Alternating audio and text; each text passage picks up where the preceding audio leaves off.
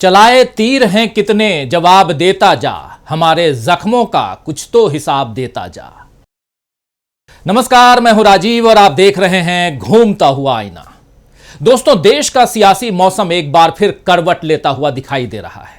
यह बदलता मौसम कांग्रेस के लिए तो खुशगवार दिख रहा है, लेकिन बीजेपी को देखकर ऐसा लग रहा है मानो उसकी कपकपी छूट रही है। और यह बात मैं केवल 5 राज्यों के चुनावी हालात के मद्देनजर नहीं कह रहा हूं, बल्कि उसके साथ साथ देश में बीजेपी के लिए जैसी मुश्किलें बढ़ती जा रही हैं उसे देखकर भी कह रहा हूं।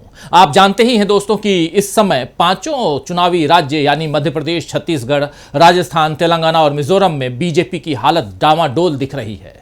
जबकि राहुल गांधी पहले से न केवल जीत का ऐलान कर रहे हैं बल्कि बाकायदा बता भी रहे हैं कि सत्ता में आएंगे तो क्या करेंगे। और चुनाव के नतीजे आने से पहले ही राहुल गांधी बंगाली मार्केट में मिठाई लेने पहुंच गए, यानी बंगाली मार्केट की मिठाई की दुकान पर पहुंच गए। जरा देखिए।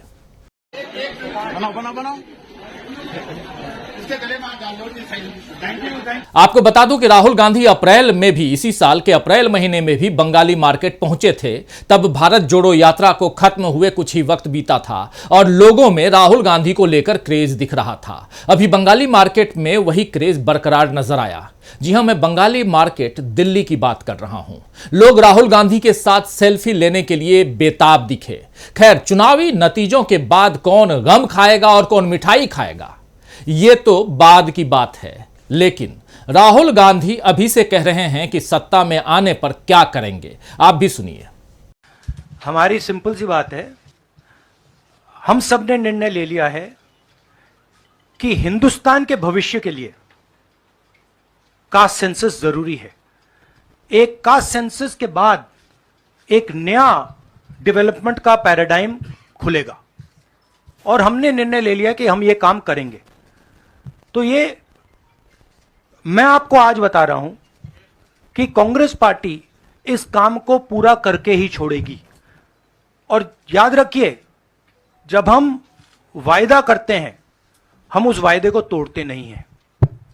तो सुना आपने, इस वीडियो में राहुल गांधी साफ साफ जाति आधारित जनगणना का ऐलान कर रहे हैं। और इसी तरह मध्य प्रदेश के शहडोल में जन आक्रोश रैली को संबोधित करते हुए भी राहुल गांधी ऐलान कर चुके हैं कि जाति जनगणना करवाकर आदिवासियों, दलितों, ओबीसी को उनका हक दिलवा कर रहेंगे। एक बार सुन लेते हैं राहुल की बात।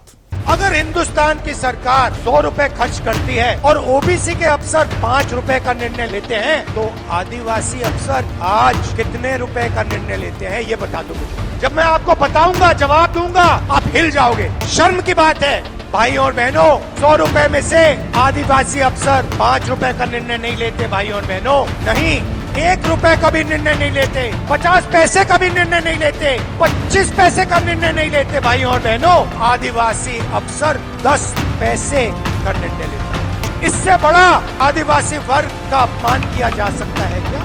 नहीं। इसीलिए हम सवाल उठा रहे हैं, आदिवासियों को इस देश में आज क्या हक मिलना चाहिए? ओबीसी वर्ग को कितनी हिस्सेदारी मिलनी चाहिए?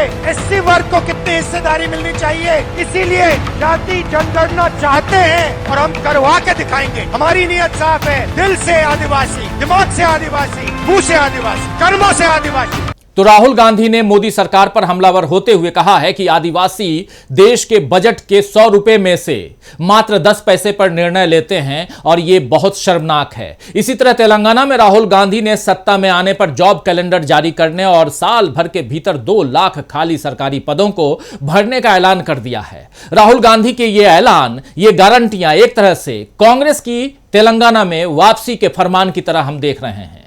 आप जानते ही हैं कि अभी बीजेपी केवल मध्य प्रदेश में सत्ता में है, लेकिन वहां भी 3 दिसंबर के बाद हालात पलटते हुए दिख रहे हैं। जी हां, चुनावों के नतीजे 3 दिसंबर को आने वाले हैं और अभी से कहा जाने लगा है कि 3 दिसंबर बीजेपी सरेंडर, यानी 3 तारीख यानी 3 दिसंबर के बाद बीजेपी इंडिया के आगे सरेंडर करती हुई दिखेगी। बाकी चुनावी राज्यों में भी बीजेपी की स्थिति खराब है। इस कमजोर हालत के लिए बीजेपी तो जिम्मेदार है ही, कांग्रेस की मजबूती के आगे भी बीजेपी टिक कर खड़ी नहीं हो पा रही है। और इस बात का एक ताजा उदाहरण इजराइल मामले में भी देखने को मिला है, जिसमें पहले तो मोदी जी यानी पीएम नरेंद्र मोदी ने इजराइल पर हमले के चंद घंटों के भीतर ही ट्वीट करके अपनी सहानुभूति और अपनी संवेदना जो है उसका बखान कर दिया, लेकिन कांग्रेस ने फिलिस्तीन के साथ खड़े होने के अपने स्टैंड को बरकरार रखा तो आखिर में विदेश मंत्रालय को भी फिलिस्तीन का साथ देने का बयान देना ही पड़ा है। यह बात भी मोदी है तो मुमकिन है वाले जुमले पर सटीक बैठती है कि भारत सरकार में प्रधानमंत्री पद पर बैठा व्यक्ति कुछ और कहे और उसका विदेश मंत्रालय बाद में प्रधानमंत्री की राय से अलग अपना बयान जारी करे। देश के 75 सालों में ऐसा कभी नहीं हुआ जो अब हो रहा है। वैसे इजराइल पर ट्वीट करते वक्त मोदी भूल गए कि उनके अपने ही देश में यानी भारत में भी मणिपुर जैसा राज्य है जहां आज तक शांति बहाली नहीं हो पाई है, और मोदी अब तक मणिपुर तो नहीं गए, वहां के हालात पर 2-4 लाइनों से ज्यादा उन्होंने कभी कुछ नहीं कहा। अभी मोदी लगातार चुनावी राज्यों में नजर आ रहे हैं और बीच में वो उत्तराखंड के पिथौरागढ़ में धुनी रमाने वाले अंदाज में भी नजर आते हैं। अब सवाल उठता है कि क्या देश की जनता ने मोदी को 2-2 बार प्रधानमंत्री पद की जिम्मेदारी इसलिए दी है कि वो हिमालय की गोद में जाकर बैठ जाएं? देश भुखमरी का शिकार हो रहा है। 2023 के ग्लोबल हंगर इंडेक्स में भारत और भी नीचे गिर गया है दोस्तों। अब 125 देशों में से भारत 111वें स्थान पर है। पिछले साल के मुकाबले भारत इस सूचकांक में 4 स्थान फिसल गया है, लेकिन मोदी सरकार ने रिपोर्ट को त्रुटिपूर्ण और गलत बताते हुए खारिज कर दिया है। मोदी सरकार अपनी सुविधा से चाहे किसी रिपोर्ट को माने या खारिज करे, लेकिन अब वो वक्त भी करीब आ रहा है जिसमें जनता तय करेगी कि किसे स्वीकार करना है और किसे खारिज करना है। तो आइए दोस्तों, आज आईने की नजर से पड़ताल करेंगे कि क्या बीजेपी को खारिज यानी रिजेक्ट करने का मन जनता ने बना लिया है? क्या 5 राज्यों के चुनाव बीजेपी को आउट करने का फरमान लेकर आएंगे?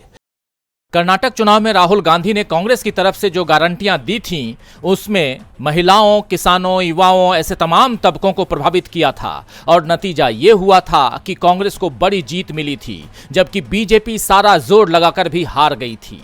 हिमाचल प्रदेश में भी ऐसा ही हुआ था और राहुल गांधी तेलंगाना में भी गारंटी देकर बता रहे हैं कि सत्ता में आने पर क्या करेंगे। राहुल की इन गारंटियों से पहले से परेशान बीजेपी और तंग होती दिख रही है। भारत जोड़ो यात्रा के वक्त मोहब्बत की दुकान वाले नारे का जवाब ही बीजेपी अब तक ढूंढ नहीं पाई है। बीजेपी के कई बड़े नेता राहुल को मोहब्बत की दुकान के नाम पर घेरने की कोशिश कर चुके हैं और इसी सिलसिले में अब महाराष्ट्र के उप मुख्यमंत्री देवेंद्र फडणवीस ने कहा है कि राहुल गांधी की मोहब्बत की दुकान में उधार का प्रेम लाया गया है, जिसे कोई लेने के लिए तैयार नहीं है। बहुत जल्दी उनकी दुकान बंद होगी। फडणवीस ने यह भी कहा कि मोहब्बत दुकान में नहीं दिल में होती है और मोदी जी के दिल में है। तो मोदी जी के दिल में मोहब्बत है, यह अच्छी बात है, मगर सवाल यह है कि उनकी मोहब्बत अब तक मणिपुर के लोगों और इस देश के तमाम सताए हुए लोगों तक क्यों नहीं पहुंच पाती? वैसे देवेंद्र फडणवीस से पहले अमित मालवीय ने भी ओबीसी आरक्षण का मुद्दा उठाने पर राहुल गांधी को घेरते हुए कहा था कि राहुल गांधी का ओबीसी के लिए नया प्यार कांग्रेस और गांधी परिवार की ओबीसी विरोधी विरासत को चमकाने का एक हताशा भरे प्रयास से ज्यादा कुछ नहीं है। जी हां, और इधर मध्य प्रदेश के सीएम शिवराज सिंह चौहान ने तो गांधी परिवार पर देश को ठगने का ही आरोप लगा दिया है।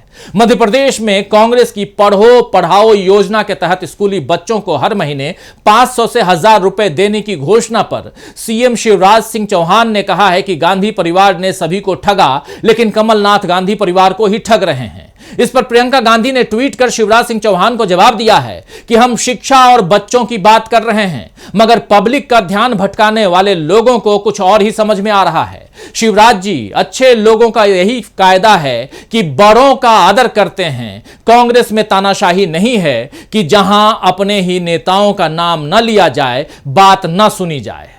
इस तरह के वार पलटवार देखकर दोस्तों समझ में आ रहा है कि इस बार बीजेपी डिफेंसिव होकर चुनावी पिच पर उतर रही है, जबकि कांग्रेस ने पहले से आक्रामक रुख अपना लिया है और कांग्रेस के आगे बीजेपी को टिकने में मुश्किल हो रही है। इस बीच बीजेपी में नेताओं के बागी तेवर उनके खेल को और बिगाड़ रहे हैं।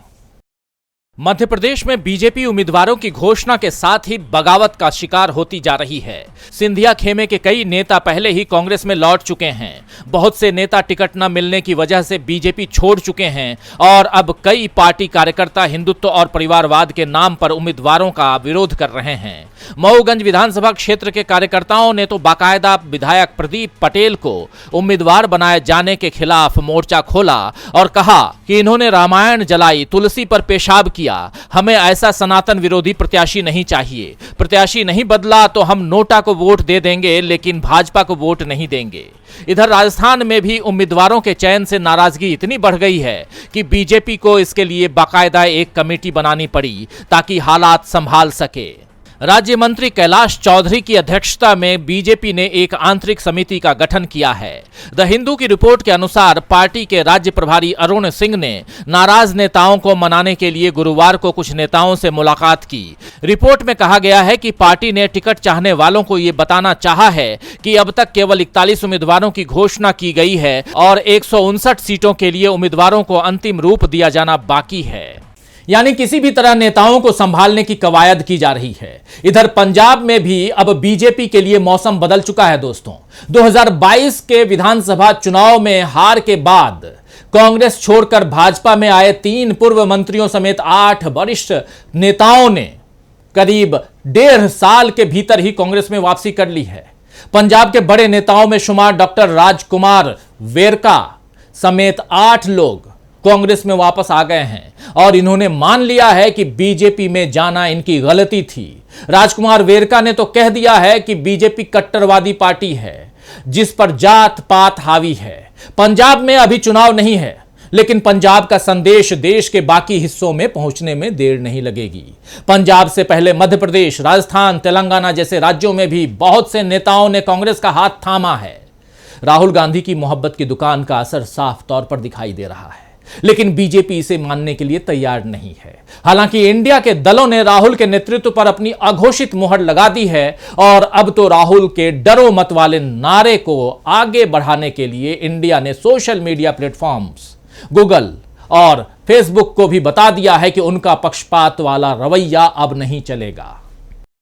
इंडिया गठबंधन ने मेटा यानी फेसबुक के मुख्य कार्यकारी मार्क जुकरबर्ग और गूगल के सीईओ सुंदर पिचाई को देश में सांप्रदायिक नफरत को बढ़ावा देने में उनके सोशल मीडिया प्लेटफॉर्म्स की कथित भूमिका को लेकर पत्र लिखा है।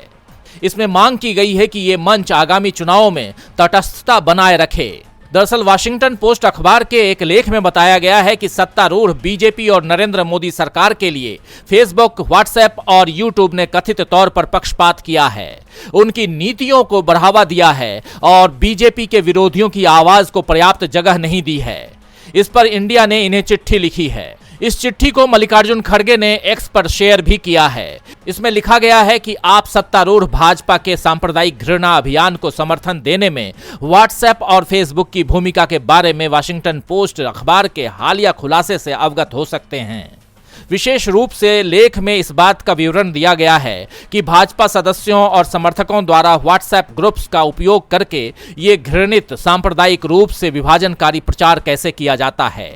तो इंडिया का यह कदम इस बार के चुनाव में गेम चेंजर हो सकता है, क्योंकि इंडिया ने अब बीजेपी के बनाए नियमों पर खेलने से इनकार कर दिया है।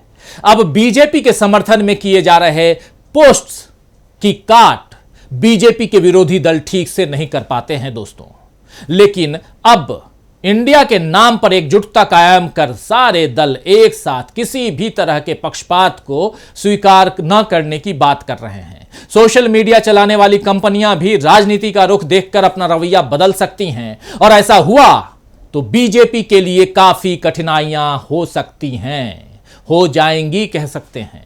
वैसे बीजेपी के सामने अभी एक बड़ी समस्या और है दोस्तों, और वो समस्या यह है कि खबर है कि इंडिया के दल अब नागपुर में मिल सकते हैं।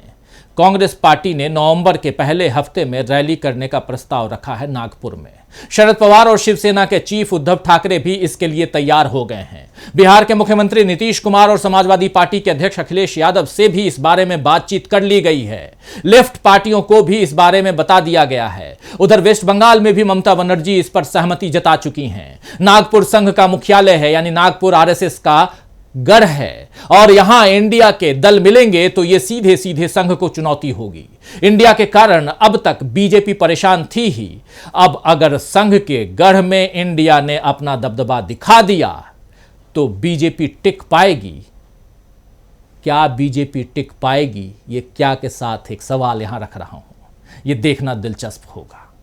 खैर, शायर उमर कुरैशी ने ठीक ही फरमाया है कि एक नई सुबह का भी जिक्र है आने वाला, एक नई सुबह का भी जिक्र है आने वाला, गुफ्तगू वक्त की अब शाम तक आ पहुंची है। तो आज के लिए बस इतना ही, फिर मिलेंगे खबरों के नए आईने के साथ। तब तक देखते रहिए डीबी लाइव। नमस्कार।